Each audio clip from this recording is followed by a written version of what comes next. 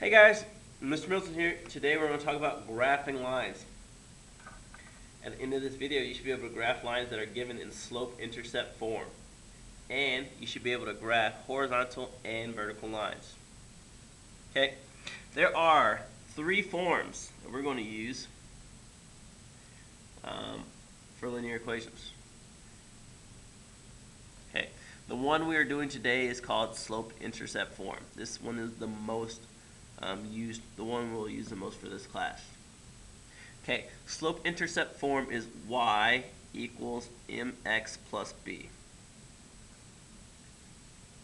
Okay, where slope is m, and you can think of this as representing how much the line changes from one point to the next.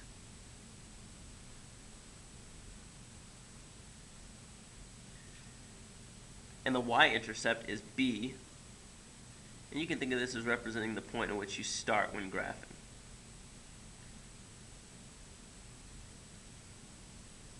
Okay.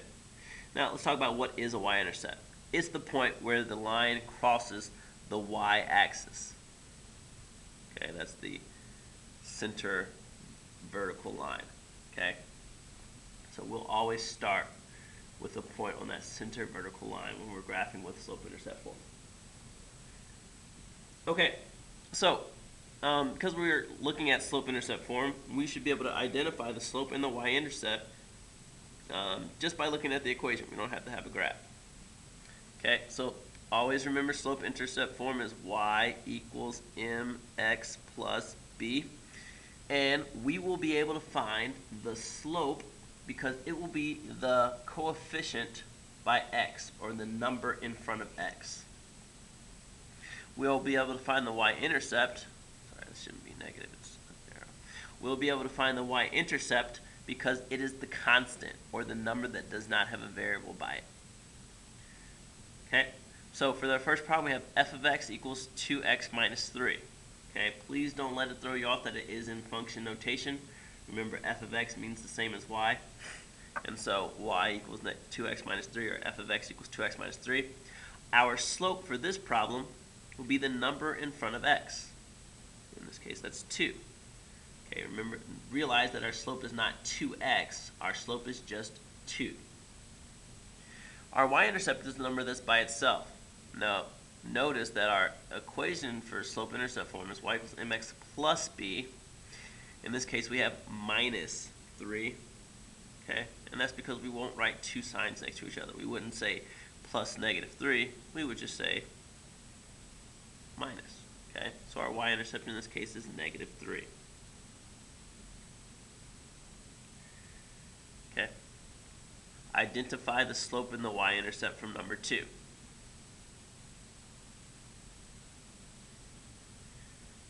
For number 3, we have y equals 4x. Okay, again, y is by itself, so we can see it's in slope-intercept form. Slope is the number that's in front of x, and in this case, that's 4.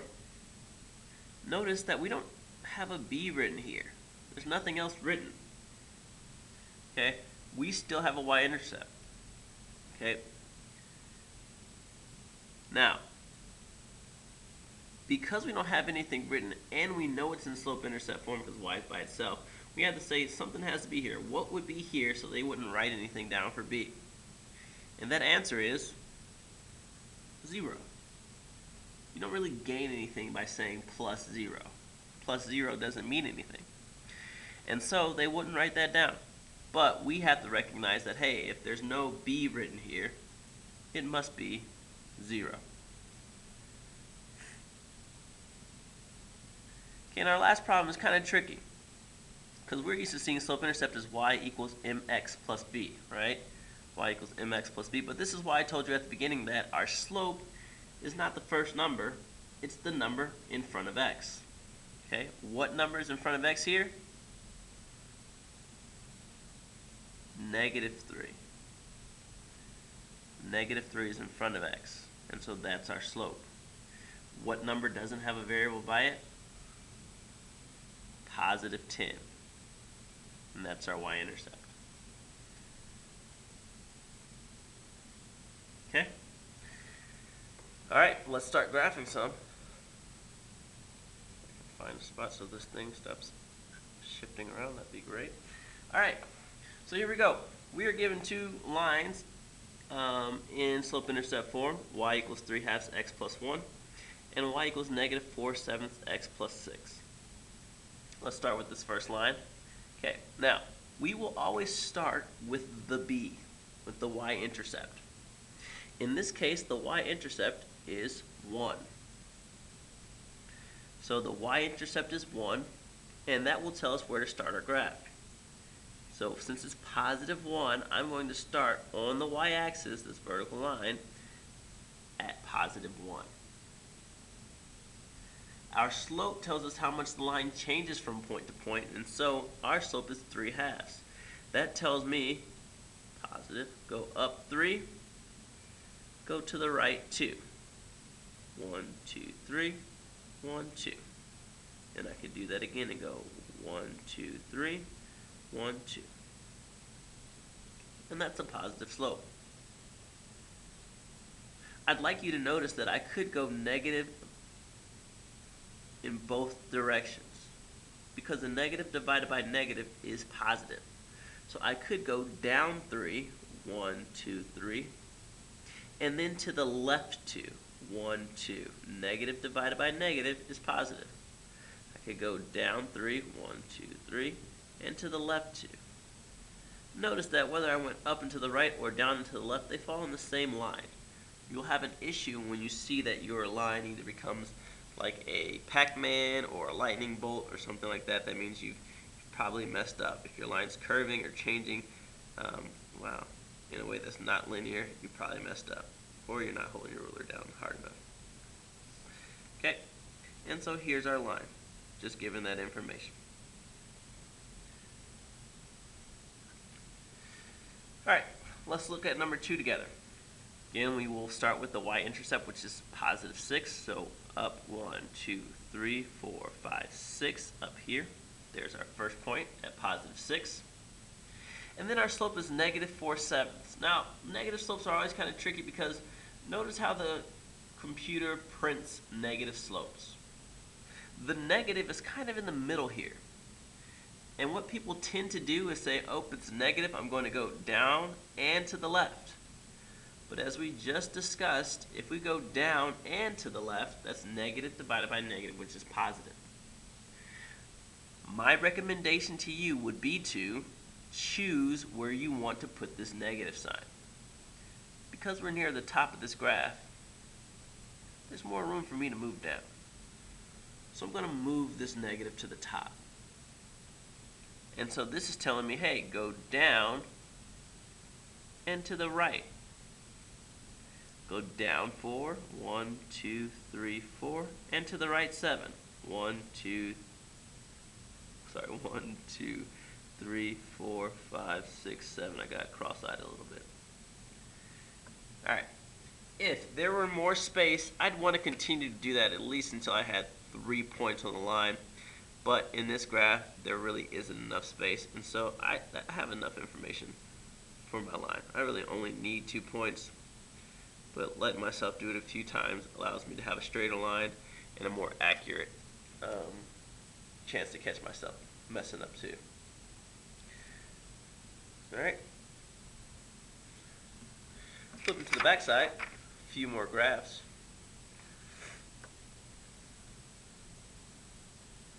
Okay, I'm going to have you do, I want to challenge you to do number 5. Okay. And I'm also going to challenge you to do number 4 back here on your own. So do those two. Alright, number 3, let's look. We'll always start with our y-intercept. It is negative 5.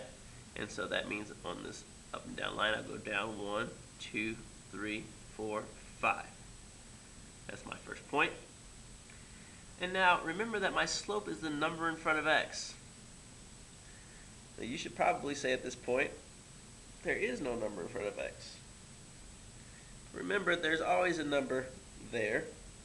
And if we don't write it, it's because it doesn't do much. Okay? The number in front of x is always multiplying x. So what would be multiplying x, but we don't write it? Okay, and that number is 1. Okay, so you can get in the habit if you want to of writing 1 there, or you can just know if there's no number in front of here, it's 1. Okay, and again, it might be helpful in this chapter that if you have a whole number that you write that number as a fraction, because 1 is a fraction 1 over 1. And that means we go up 1 and to the right 1, or down 1 and to the left 1. Okay, either one of those is perfectly fine. They'll be on the same line. And there is our slope and our y-intercept, and so we can make our line and our graph.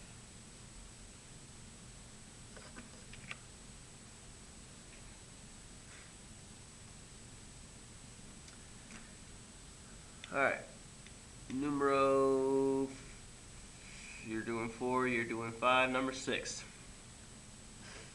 Number 6, notice that our y-intercept is the number that is by itself. It's the number that's not by x. That's 5. So our y-intercept tells us to start at 5. 1, 2, 3, 4, 5. And then our slope is negative 2.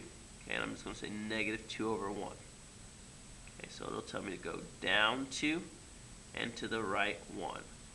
Down 2 and to the right 1. I could also go up 2 and to the left 1. Okay? So it wouldn't have mattered whether I put the negative in the top in the numerator or the denominator of that fraction.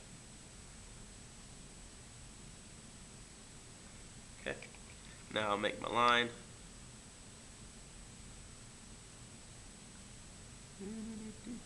Making lines. Alright. And there's my graph.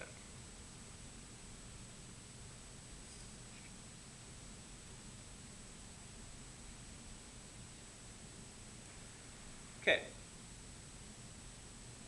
Now, graphing horizontal and vertical lines. This is one of those things that's just a little bit different, or just different enough that people have a hard time remembering, so make sure you pay attention here. Okay. Number 1, we have this line, y equals 4. Okay, this one should actually be not so difficult to remember just because it is in slope-intercept form. Okay? And we can tell it's in slope-intercept form because y is by itself. Okay, y is by itself. We have a number without a variable by it, so we can tell that that's the y-intercept. 1, 2, 3, 4. Now the tricky part is that we don't have x written. Okay? Now if we don't have x written, that's because there's a 0 in front of it. 0 times anything is just 0, so again we don't want to write plus 0x. It just doesn't mathematically make sense to write that. Okay, because it's nothing. It can't be a number. But I'm going to write it this first time just so we can see why this line is the way it is. I'm going to write 0 as a fraction. 0 over 1. And so what this would tell us for our slope is go up 0 and go over 1. Go up 0 and go over 1. Or go down 0, go over 1. Go down 0, go over to the left 1. Notice what kind of line we're going to get out of this. We're going to get a horizontal line.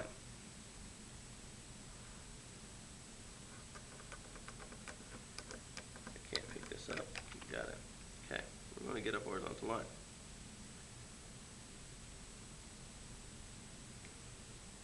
Okay. Another way that people that I've been told people remember this is horizontal. I know, kind of silly, but horizontal lines start with y equals something. Horizontal. Okay. Here we have this equation, x equals negative 2. Now this is not in slope-intercept form. This is kind of totally different. This is totally different. But in the same, if we're talking about horizontal lines, we might as well get vertical lines out of the way in the same breath. So x equals negative 2. The way that I like to remember this is that, hey, if they tell me that a variable equals something, I'm just going to make sure that that statement's true. So I'm going to put my dot in the spot where x equals negative 2. here at negative 2, 0. And then at any other spot where x equals negative 2 is true. So here at negative 2, 2, and at negative 2, negative 3, and at negative 2, negative 7, and at negative 2, positive 6. Okay, all these points are places where x equals negative 2, which makes this statement true. And so,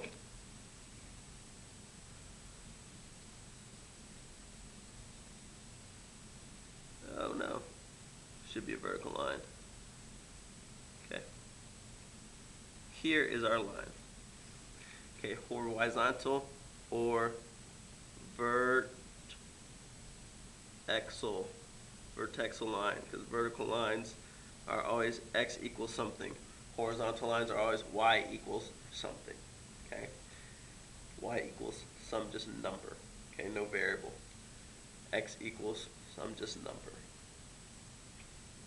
Okay, so vertical lines start with x equals and have a slope that is undefined, as we talked about with slopes. Horizontal lines start with y equals something and have a slope that is 0. Alright, so that's graphing in slope-intercept form and vertical and horizontal lines. Make sure that you complete those couple graphs that I asked you to do. Might be a good practice to identify those slopes and y-intercepts as well. See ya.